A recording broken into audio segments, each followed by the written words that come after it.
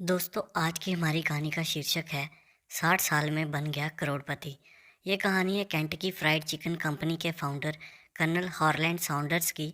उनका जन्म 9 सितंबर 1890 को इंडियाना के एक शहर हेनरीविले में हुआ था। उनके पिता का नाम डेविड सॉन्डर्स और माँ का नाम मार्गरेट सॉन्डर्स था। उनके अलावा उनका एक छोटा भाई और एक छोटी बहन भी थी। उनके घर में सब कुछ अच्छा चल रहा था, पर अचानक 1895 में गर्मी के दिनों में तेज बुखार की वजह से उनके पिता की मृत्यु हो गई। उस समय सॉन्डर्स केवल 5 साल के थे। पिता की मृत्यु के बाद घर की आर्थिक स्थिति खराब हो रही थी, जिसकी वजह से सॉन्डर्स की मां को बाहर फैक्ट्री में जाकर काम करना पड़ रहा था और सॉन्डर्स के ऊपर इतनी कम उम्र में अपने भाई बहन की देखरेख की जिम्मेदारी आ गई। उन्हीं कठिन दिनों में उनकी मां मार्गरेट ने उन्हें खाना बनाना भी सिखा दिया था और सिर्फ 7 साल की उम्र में ही वे खाने बनाने में भी माहिर हो गए। खाने में उन्हें चिकन बनाना शुरू से ही पसंद था। 1902 में सॉन्डर्स के मां ने विलियम ब्रादेट नाम के इंसान से फिर से शादी कर ली और फिर उनका पूरा परिवार इंडियाना के ग्रीनवुड इलाके में रहने आ गया। सॉन्डर्स के सौतेले पिता सॉन्डर्स से बहुत नफरत करते थे, जिसकी वजह से उनके संबंध अच्छे नहीं थे और इन्हीं कारणों की वजह से हॉरलैंड सॉन्डर्स ने अपना घर छोड़ दिया और फिर खेत में आकर रहने लगे। घर छोड़ने के बाद उनकी पढ़ाई भी छूट गई। 13 साल की उम्र में वे इंडियाना के पोलाई शहर में आ गए, जहां उन्होंने घोड़ा गाड़ी पे पेंटिंग का काम करना शुरू कर दिया। कुछ दिनों बाद वो काम छोड़ दिया और 1906 में इंडियाना के ऑल्बेनी में आकर अपने अंकल के साथ रहने लगे। उनके अंकल स्ट्रीट कार की एक कंपनी के लिए काम करते थे और उन्हीं की मदद से सॉन्डर्स को कंडक्टर की नौकरी मिल गई। इसी बीच उन्होंने रेलवे में फायरमैन की नौकरी भी की। फायरमैन की नौकरी करते समय ही उनकी मुलाकात जोसेफिन नाम की लड़की से हुई, जिससे उन्होंने 1909 में करीब 19 साल की उम्र में शादी कर ली। जोसेफिन से उनको एक लड़का और 2 लड़कियां हुई।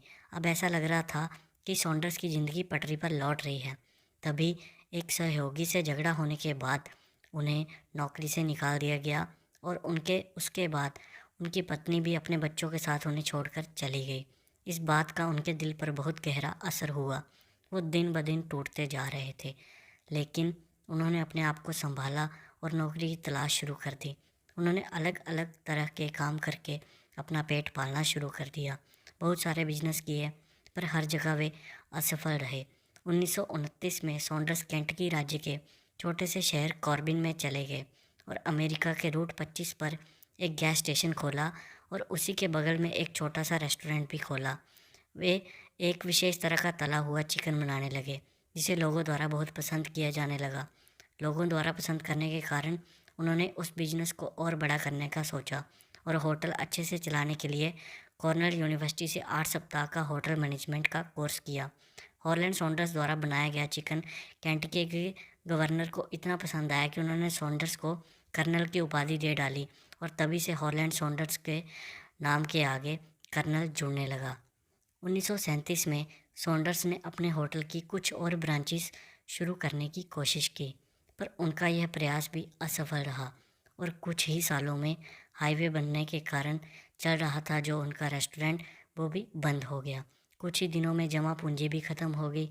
अब उनकी उम्र भी 62 साल की हो चुकी थी और उन्होंने अपने पूरे जीवन अपना पेट पालने के अलावा कुछ भी नहीं किया था, पर उन्हें अपने चिकन के रिसर्च पर पूरा विश्वास था और वे अपने मसाले और चिकन लेकर मार्केटिंग करने निकल पड़े।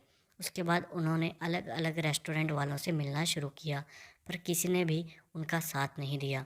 उन्होंने अलग अलग रेस्टोरेंट से मिलना शुरू किया। उन्होंने करीब 1000 रेस्टोरेंट की ठोकरें खाई और उसके बाद जाकर उन्हें अपना पहला कस्टमर मिला। लेकिन उसके बाद में हॉलैंड सैंडर्स ने कभी पीछे मुड़ के नहीं देखा और देखते ही देखते अपने यूनिक चिकन रेसिपी की उन्होंने छाप छोड़ी।